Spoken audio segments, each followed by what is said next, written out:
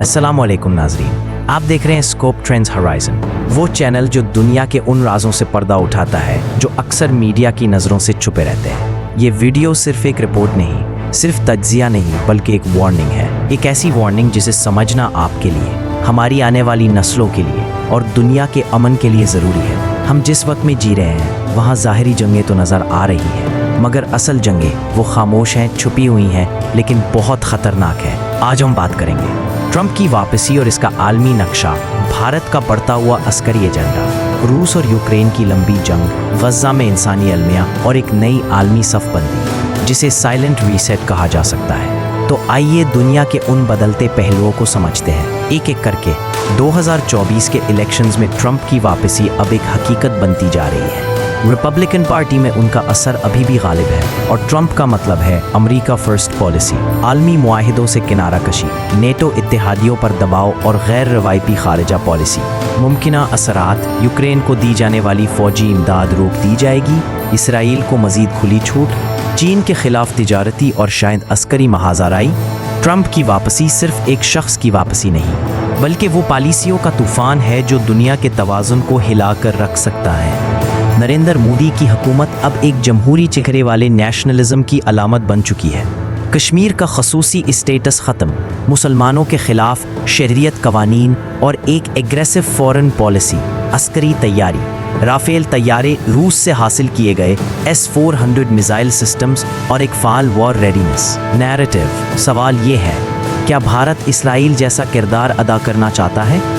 क्या वो चीन और पाकिस्तान के खिलाफ दो महाजी पॉलिसी अपनाने जा रहा है? और क्या मगरिब भारत को एशियाज़ कॉप बनाने जा रहा है? भारत अब सिर्फ एक मईशत नहीं, बल्कि एक जियो स्ट्रैटेजिक मोहरा बनता जा रहा है। ये जंग अब एक सख्त मगर महलक तनाज़ा बन चुकी है। रूस ने ड्रोन हमले, साइबर वॉर और तवानाई को बतौर हथियार इस्तेमाल करना शुरू किया। यूक्रेन को अमेरिका, नेटो, यूरोपीय यूनियन की हमायत हासिल रही, मगर अब फंडिंग थमने लगी है, पब्लिक सपोर्ट कमज़ोर पड़ रही है। अहम सवाल, क्या ये जंग एक वर्ल्ड वॉर की सूरत इख्तियार कर सकती है, या ये सिर्फ एक प्रॉक्सी वॉर है जिसके पर्दे में नए आलमी ब्लॉक्स बन रहे हैं? 2025 में गज़ा पर इस्राइली बमबारी ने तमाम हदूद पार कर दी है। अस्पताल तबाह, बच्चों की शहादत, मीडिया की मुजरिमाना खामोशी। हकीकत, ये सिर्फ एक मजहबी मसला नहीं रहा, ये अब इंसानियत, सियासत और आलमी ताकतों की शतरंज बन चुका है। सवालात: क्या इसराइल गज़ा को मुकम्मल मिटाकर नया नक्शा बनाना चाहता है? क्या अरब दुनिया अब भी खामोश तमाशाई बनी हुई है, या तुर्की, ईरान, कतर जैसे ममालिक नई मज़ाहमत के लिए तैयार हो रहे हैं? ये तीनों ममालिक अब एक वाज़ेह गठजोड़ में नज़र आ रहे हैं। टेक्नोलॉजी का तबादला, असलहा और इंटेलिजेंस का ताउन और एक जैसा नेशनलिज्म का नज़रिया। इत्तिहाद की ख़ास बातें: भारत इसराइल से ड्रोन, साइबर टूल्स ले रहा है। अमेरिका, भारत और इसराइल के दरमियान मुश्तरका फ़ौजी मशक़ें और चीन, ईरान के ख़िलाफ़ मुश्तरका मौक़िफ़। सवाल, क्या ये नया ग्लोबल एक्सिस है और इसके ख़िलाफ़ खड़ा कौन होगा? चीन अब दुनिया का सबसे खामोश मगर ताकतवर खिलाड़ी है। Belt and road initiative, digital yuan, rare earth metals, AI और सर्वेलेंस टेक्नोलॉजी में लीडरशिप। ईरान, ड्रोन टेक्नोलॉजी में खुद कफील। इराक, शाम, लिबनान में असद रसूख। इसराइल और अमेरिका के लिए बराह रास्त खतरा। क्या चीन और ईरान मिलकर नया ब्लॉक बना सकते हैं?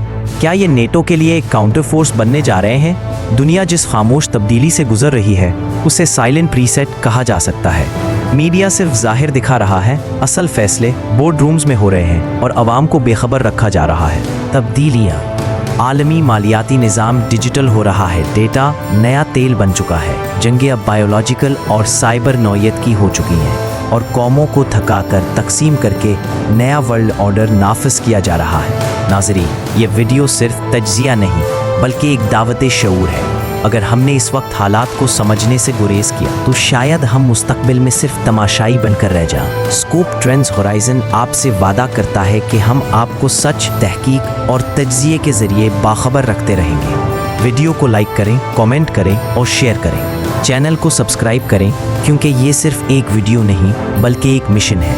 अल्लाह हाफ़िज़ और बाखबर रहिए, क्योंकि बाखबर रहना ही बचाव है।